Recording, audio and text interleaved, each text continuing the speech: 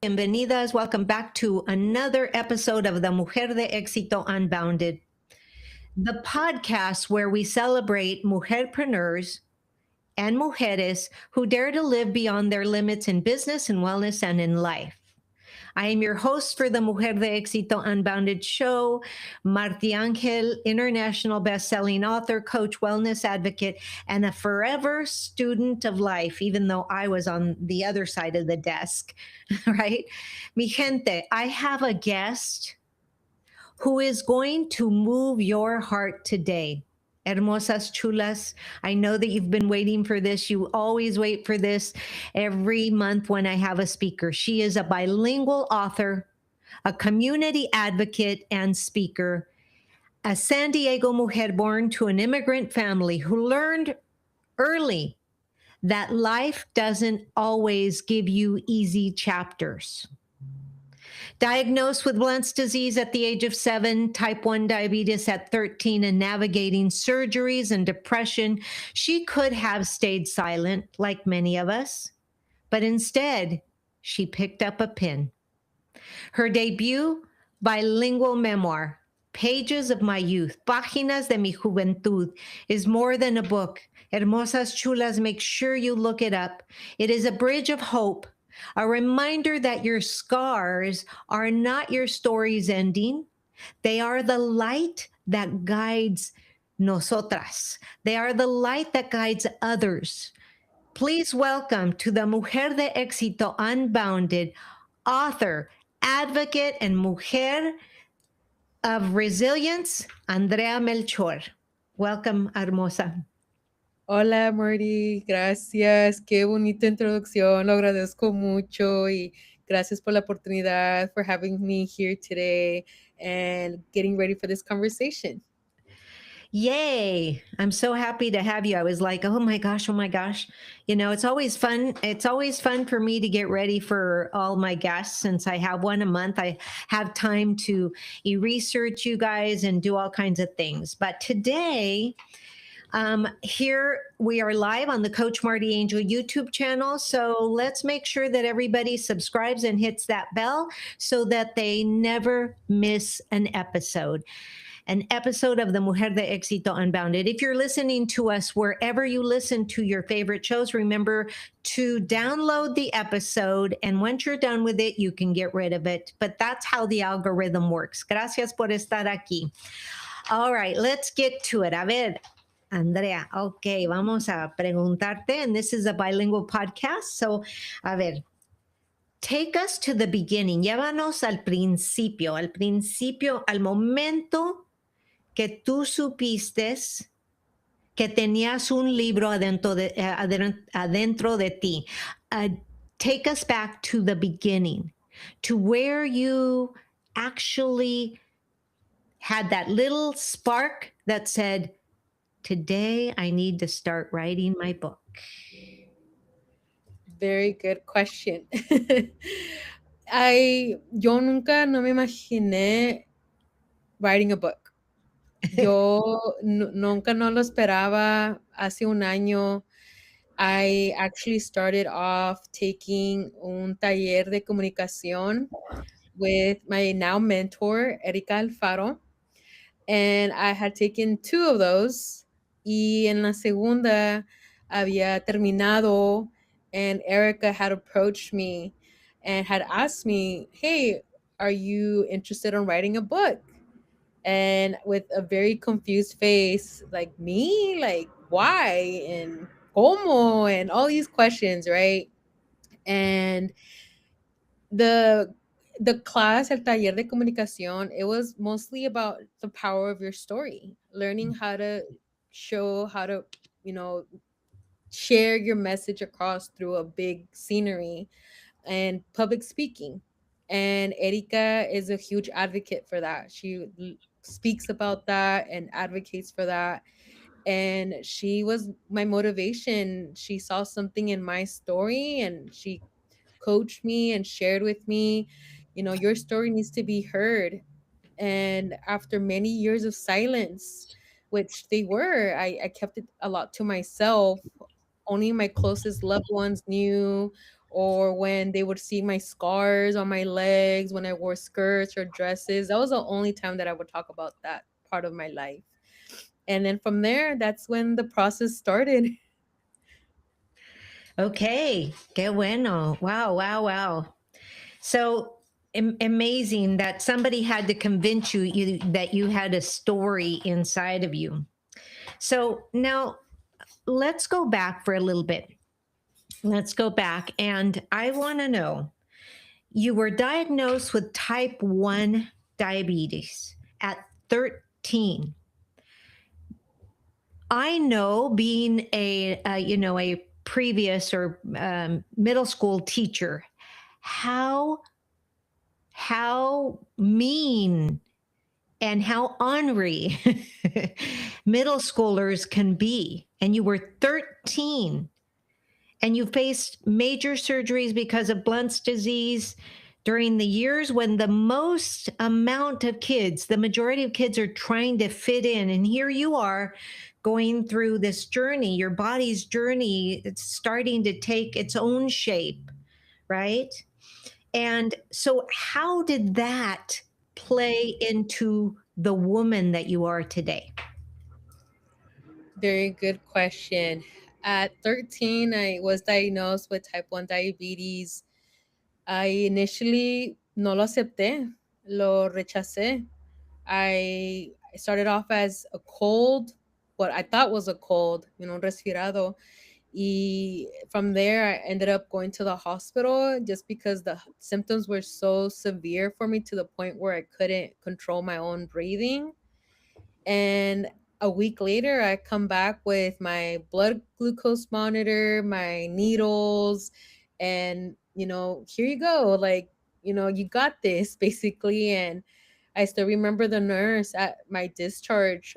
Her message to me was, don't take it as a diagnosis, take it as a different way of life. And to this day, I still remember that small little detail when I was discharged. And after that, I went through the stages of grief, just how anybody would lose someone from life. I compare it to that because I felt a part of myself was gone. I couldn't enjoy my teenage years, my adolescent years. That silence was definitely building up. And I also had a responsibility with my sister. I have a younger sister. And so just having this huge front that I have to stay strong, but at the same time be strong for myself, in order, for my health, period, in order to continue to live life. And I suffered a lot when it comes to accepting it, wanting to go to college. The first time around, my parents didn't really let me go, but their reasoning behind it was because they didn't feel confident in letting me go, and knowing the condition that I was in back then with diabetes. I was severely not compliant. I wouldn't take my insulin. I would continue eating. My weight was just slowly going up, and it was just not manageable. And once I finished community college, which I was here in San Diego, and I had no choice but to leave to continue my education. So I took that as my leeway to get out of the house and to be independent. And I learned that was a very hard reality when I was off in college. And at the same time, wanting to be independent, wanting to build relationships, friends, live, party, all that good stuff during those college years. And overall, the whole time in the back of my mind, I just kept my education in mind Mm, because I knew that I wanted to do something better, bigger and better than what I have in mind. mm. I started off wanting to be a doctor, ironic. And now I am a social worker, and I reflect back and like, why did I want to be a social work out of all the jobs in the world? Why social work? And because I have this passion that even though I didn't have the childhood that I wanted, I don't want any other child to experience that type of feeling, that type of emotions throughout their childhood. And that's why I'm very passionate about going back to the communities, talking to teenagers, getting to know their, listening to them a little bit more, because that's one of the things that, you know, nos falla entre parents and children. We don't listen to our kids, or we think we know them and we make decisions for them without actually consulting. And that's pretty much how overall I become the woman that I am today. Amazing, amazing. It's, so many of us, um, think that we know what everybody's going through, and that's so, so true. You can't look at somebody and say, oh well, you have never suffered, right? And so it's always about just accepting, just knowing, just being kind. Even if you don't accept it, just be kind, right? Because we're missing that so much. I agree. So, all right, let's talk a little bit about you know, your childhood and stuff like that. And your parents, were they, when they found out as well? I'm assuming that everything needed to come, full circle, right? Everything needed to fit, and the pieces that you just got needed to fit. How, what were the dynamics that, that kind of happened at the beginning? And then how did you smooth them out so that you could navigate through life a little easier? Yeah, good question. First, I was just 7 years old. I think I want to keep that in mind. I was just starting off elementary school, and it all just started because I would continue tripping and falling and at school. And a nurse, the school nurse, was the one that brought it up to my parents' attention. And from then, my mom just did her due diligence as her prudent parenting by taking me to the doctor, and then it became a specialist and orthopedic. And she's also learning along the way. Like, they did never imagine this happening to their first child. Mm, And when the word surgery, came up to them after that initial consult with my orthopedic, it was, I can just imagine the pain, the confusion, and the hardship. They're both hardworking parents.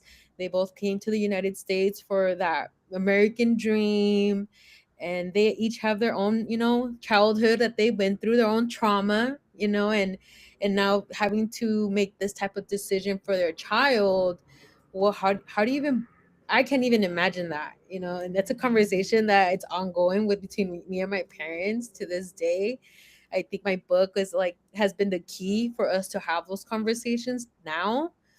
And the changes were drastic, Marty. It was me being on a cast. First, it was a cast, so bathing was different for me. Having to take me to the school was different. Going to the bath, a lot of hygiene stuff were different. mm, And we lived on the second floor of an apartment. So our apartment was on the second floor, and I remember my dad having to carry me mm. physically up the stairs. And one surgery, I ended up having both legs at the same time. And so for him to be carrying me during those times, it was a lot for him. And yeah, he's a strong guy, and I'm very happy for, like, to this day he's healthy and he le está chingando, excuse my language. But yeah, and my sister also, my younger sister, she was in the background. She was firsthand witnessing all those those changes as well for her. And it's an ongoing conversation to this day. And remember this time, and being on the wheelchair. And when I transitioned over to the brace, which is on the cover of my book, I have my book right here, and that little brace right Oh, there. wow. Okay. That brace was definitely noticeable. People, and just seeing those little tubes go through my leg, it was like, does that hurt? And between my sister, my parents, my babysitter, who was my aunt, they learned how to clean those wounds to make sure everything was up to date for me. And I am very grateful for that, because they didn't my aunt didn't have any responsibility, but she took on that role. my sister too, and my parents are and I are very thankful for that time frame of our life, because it wasn't just me, it was also them that had to go through it. That sounds amazing, amazing. And I'm so happy that your dad is still around. Your parents both are still around. Yes. Yes, both of them are around. They're both Yay. still working and hustling, como se dice. Right. Y yeah. Okay. Okay. So writing about chronic illness, when somebody writes about chronic illness and depression, that takes enormous courage. It takes enormous courage to talk about it. And I know because, you know, being an, my set of, my set of personal circumstances, right? But how did you protect your mental and emotional health while revisiting these chapters of your life? Because when we start to write it again, it's like anything, right? You begin to think about it, and then all of a sudden you well up with tears, and you don't even realize. So I'll ask you again, what you know what happened? How did you navigate those feelings while you were writing as they were coming up? There was definitely a lot of crying, that's for sure. A lot of counseling, such as like mostly with Erika Alfaro. She We were process the certain chapters together. If there was difficulty or challenges, or I'm not sure, maybe this is too graphic or too much. And but I try to keep my authenticity at the same time. I wanted to ensure that I was authentic, because as I was moving along with the writing process, I came across certain statistics. And for example, Blount's disease, only 1% of our population has a rare condition. Blount's disease is considered a Blount condition. And then I started thinking about another statistic, that only 8% of authors are Latino. And you don't really Mm. see books in our libraries that talk about real life situations. And that's when everything started clicking for me, like, no, like I have to talk about this, because I know that there's other people that are going through these type of chronic illnesses or rare diseases, and it can be difficult and a mental toll. And I did have those times where I'm like, what am I doing alive? What am I doing here? Like, if this is happening to me, I was the first one diagnosed with diabetes. That took me a while to accept it, and I would get that feedback, those questions from my own family. Well, drink this and you'll get better, or you have to do this, and a lot of like medical advice from people that don't have that expertise. And I take advice from my family to heart. Like, I'm a family oriented person, and so it's been a challenge and very therapeutic for me. But writing it again was needed, and lots of years of silence into this one book. And I do have that intention of adding that. Now that I have more confidence, I do want to go more into detail about certain parts of the book, because it needs to be said for our community.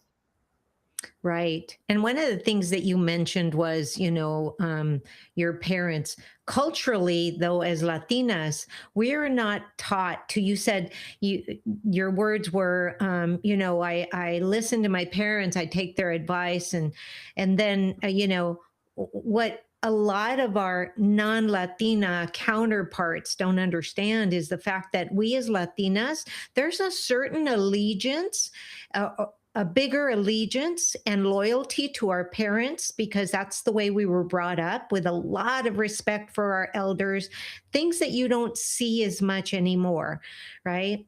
And we as Latinas, you hit it right on the, we are a cultural set of norms by ourselves based on how much we love our family. Yes. We have a strong connection to familia. And I think what a lot of people don't understand, a lot of, I know that being an educator for me, is they don't understand that unless you're a Latina, that loyalty, that frailty, that allegiance to your parents cannot be explained to anybody else who is not born with I honestly believe that our Latina hearts are a little bit different than most, right? I So, yeah, agree. right. Okay. So now all of this, and you're still helping people. You now come, into your college years and you decide to go to social work. Serving your community is in your DNA, right? And so, how does your book serve as an extension of that mission to heal and empower others? How does your book serve as an extension of that mission to heal and empower others? Yeah, so my book, Pages of My Youth, Páginas de mi Juventud, again here. My intention was that it's never too late to enjoy childhood and that your body is not broken. It's not, nothing's wrong with your body. We're all built differently. But, enjoying your childhood, it's never too late. Now that I've overcome all these challenges, I am proud to say that I'm very active in the gym at 5 a.m. I've been on this journey now for almost 2 years, and it has definitely shifted my mentality. And, you know, I also learned that our bodies are different through that journey. I'm a short girl, 5 foot, maybe a little bit less, but my heart and my work speaks higher than my height. That I'm gonna leave it like that. Yeah. And my presence also is definitely, I make myself known as a Latina, representing, especially my communities. I'm very advocate about learning how to speak Spanish, usando los dos idiomas, being bilingual. And so that's why my book also is English and Spanish. That was also my intention. I wanted, people that may not be sure about their Spanish, like, hey, maybe this book can help them get, prepare, learn some new words. And so, yeah, my message overall is that it's never too late to enjoy your childhood.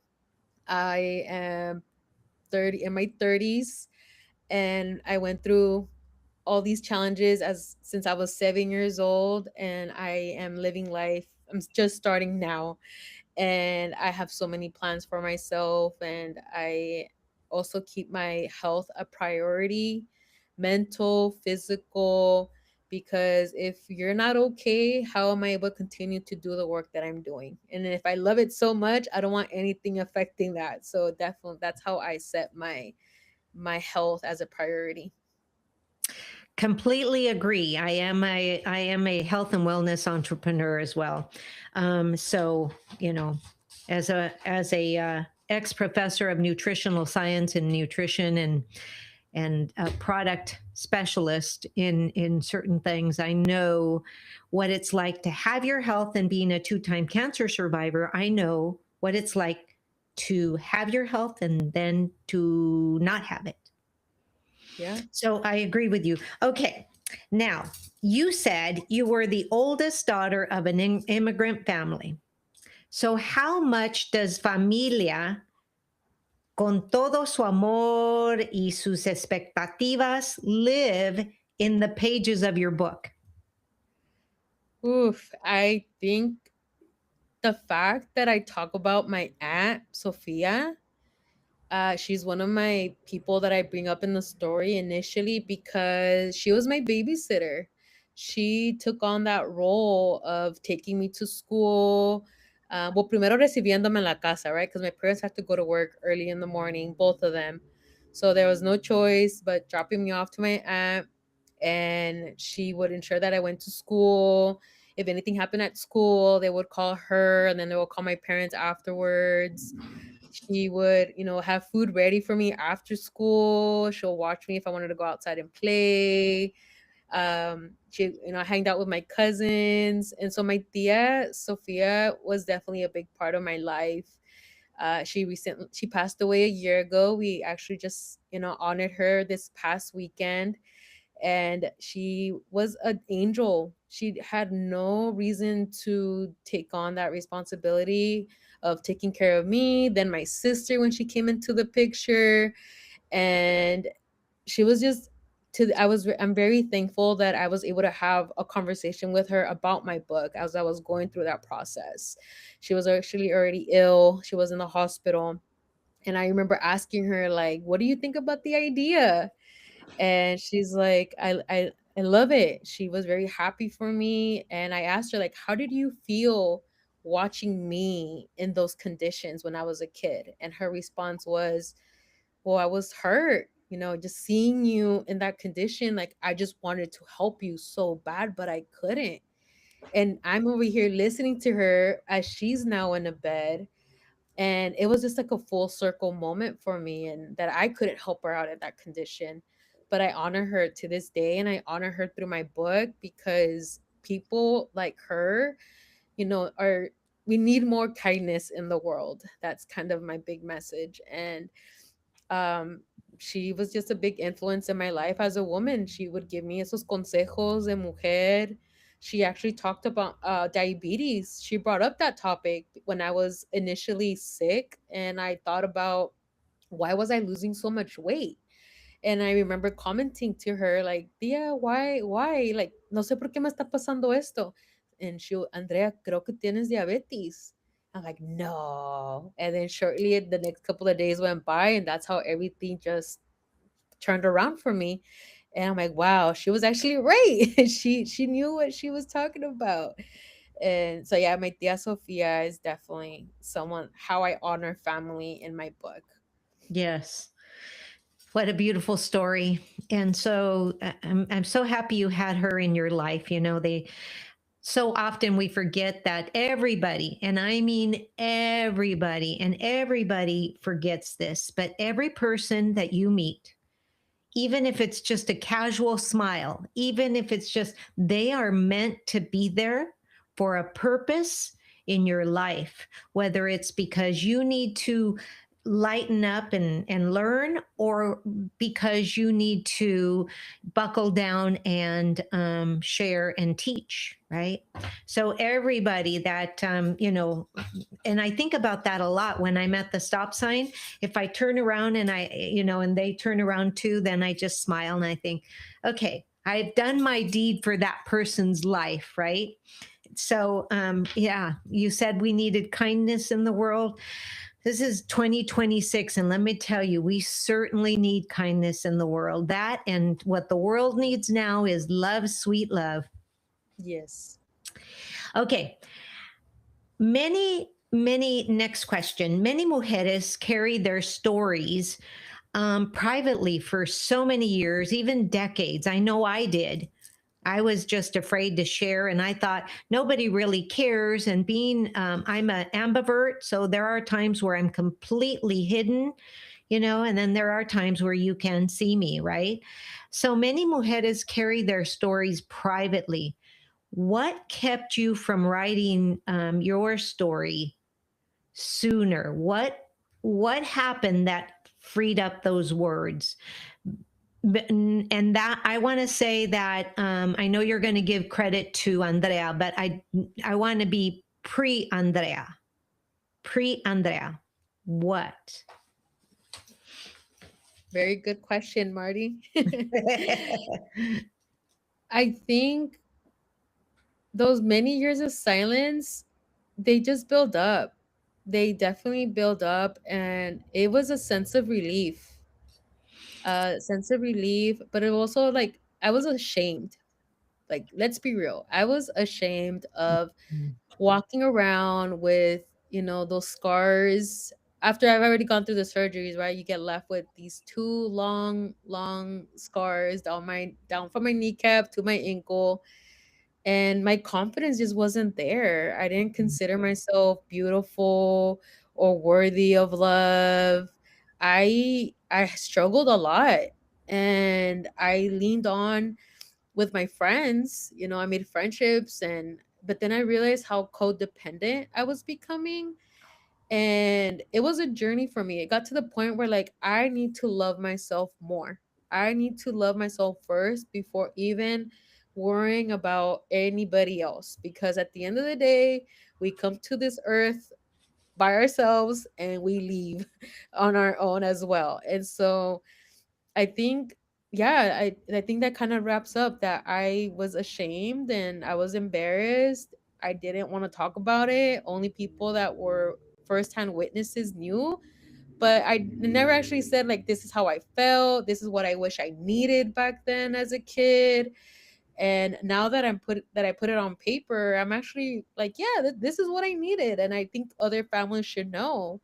One example is I needed more like attention where it comes to like how are you feeling. I know this is scary, but how can I help you in coping and make this Mm, easier for you? And I don't recall ever getting that. mm, And a lot of my memories are just the surgeries as a kid. I don't remember much of like birthday parties. I remember one holiday, it was Christmas time, and there was a surgery coming up, but my parents didn't tell me until after. They're like, "Hey, you have a surgery tomorrow. We need to get you like we need to have you fasting because you can't eat before a surgery." But like, I'm like, "Why are you just telling me this right now?" It's like, because we don't want you to ruin your Christmas. We don't want to give you this news when, it's supposed to be a happy time. And I'll never forget those moments, but I can't remember anything else other than that side. And it might be trauma, and but I try to change the perspective that, that's just my story. I went through that. I'm gonna have to own it. And now I'm sharing it with the world that, life is so beautiful. And there's so many things that you can do. And writing a book just happens to be one of them that I chose. hmm. That's amazing. That's amazing. And that's so true. It sounds like you're giving back to the world what you felt you were missing. I Mhm. think that's, from reading, excerpts of your book, I can tell that that's the only place you had to go was social work, right? Based on, those little snippets that I read, I was like, oh yeah, she's going to be a social worker. Oh yeah, and this is a woman that's going to give back. And a lot of the times, we realize that what we have lived in our childhood definitely shapes what we're living today, right? It shapes it. And yeah, you said, the not so much but the attention, but maybe that coping strategy. The coping strategy was necessary. Yeah, I'm sure your parents did the best they could, because like you said, it was an interesting, unusual, set of circumstances that you went through. So, I'm so glad that that your parents, that you don't, it doesn't sound like harbor you harbor any ill will to your parents for not knowing, right? Yeah, no. That's beautiful. Okay. Now let's talk about, um, for the Mujer de Exito that's listening to us right now, who is managing, let's say, who is managing a severe illness or a chronic illness or a health challenge or whatever. Maybe they've got a really bad, cold or whatever, or maybe they're just going through a challenge, or a challenge that they're afraid that they might have. Because I know that for me, I've been really working through the fear. My mom had Alzheimer's. I took care of her, that type of thing. And then so now I'm very focused on trying to, make sure that I take care of my mind. Yes, I'm going to take care of my body, but I want to make sure that, I take care of my mind through nutrition, through supplements, through all the things that have taught. So for the mujer listening now, what do you want her to feel after reading your book? I want them to feel empowered. that that nothing is impossible because I'm possible. And those type of conditions, as rare disease, chronic illness, it's all about your mentality, right? Are you gonna let it take over you, or are you gonna do something about it? I, being type 1 diabetic, I don't let that control me. Yeah, it's a disease. I have a different way of life. But if I know I'm not feeling well or something is off, then I'm going to advocate for myself. And so many different things can happen just with type 1 diabetes. It's just an umbrella, and it comes with way other different complications. And it's a whole puzzle piece. It's a 24/7 job, just like any other chronic. It's invisible. But I also, encourage tapping into a community. Mm. I'm very thankful for the communities that I have made over the past years. My fitness coach, my author friends. I am recently working with the Breakthrough Type 1 community here in the San Diego chapter, where I'm getting to know other people recently diagnosed, other people that are, have also owned it. And I'm happy to say that I'm going to be turning 20 next month, being type 1 diabetic. That's 20 years of, highs and lows and needles and 3-month checkups with the endocrinologist. But for now, I have to own it. If and when there is a cure and there's a price, I'll pay whatever price, to cure myself. But for now, I have to own what's happening in my body and what I need. Insulin is not the cure, it is only to manage everything else. But I'm very hopeful for a cure in the near future as well.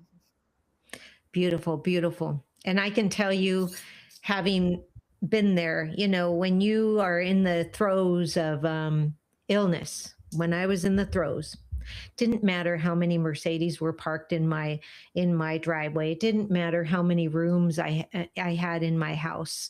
All that mattered to me was give me back my health and take everything I have, Yeah. right? Because with your health, you can reacquire all of the stuff, right? All of that, stuff that that we're never going to take with us, right? You can reacquire everything, but when you don't have your health, you have nothing. So I agree with you in that. Okay. Last question, Missy. I'm You ready. have said your mission is to let people know that even the darkest chapters can lead to the most powerful transformation. Yes. What is the next chapter for Andrea Melchor? Wow. Amazing question. I have lots of ideas. I kind of feel invincible right now. Uh, my next chapter involves expanding my book. I do want to talk more about my life. I also am a speaker, so I do speaking. I'm a conferences, so I do go out to the communities, and I want to expand more outside of the state that I live. And down the line, I do see myself creating a nonprofit, something bigger than the role that I have right now. I am a big believer that my purpose is bigger than what I'm doing right now. And I've always had an interest in nonprofits. And I'm very, I see the light, and my mind is just filled with different ideas. And I'm just very thankful for the communities, because if it wasn't for all these experiences that I've had and the people that I've encountered, conversations that I've had, the teaching, the knowledge, then I wouldn't get these type of ideas. Sometimes as a Latina, in our communities, we get stuck with what we know for so long that once we're exposed with something new, it's like overwhelming sometimes. And so now as a business owner, totally different from social work. Um it definitely is a new challenge for me, but I'm willing to take it on. So there's a lot coming for Andrea Melchor. Yay. Thank you so much, Andrea. It has been amazing. Can you hold up your book and then go ahead and recite your website where people can buy your book, read your book? It's also on Amazon, Pages of My Youth. And Yes. go ahead. So my website is andreamelchor.com. It is up and running. The book can be found on Amazon. That is correct. English and Spanish. And I'm also have an upcoming event this Saturday. But all my other events are constantly being posted on Instagram, Andrea Melchor author. That is my handle. But you also have more opportunity on andreamelchor.com. Thank you, Andrea. It has been a pleasure. I hope everybody goes and gives her some love. Find her. And if you want to give me some love too, Coach MartiAngel. And so you can find me, Marti with an I. Everybody always asks me, why not Y? Because Marti with a Y is a guy, right? Anyway, it's MartiAngel and _ ELC for Empowering Latina Coach. And Andrea, thank you so much for being here on the Mujer de Exito Unbounded podcast. And I am so incredibly grateful for each and every one of you guys, my listeners. Thank you so much for being here. If you're listening to me, wherever you listen to your favorite shows, gracias por estar aquí. Have a beautiful day, everybody. Namaste.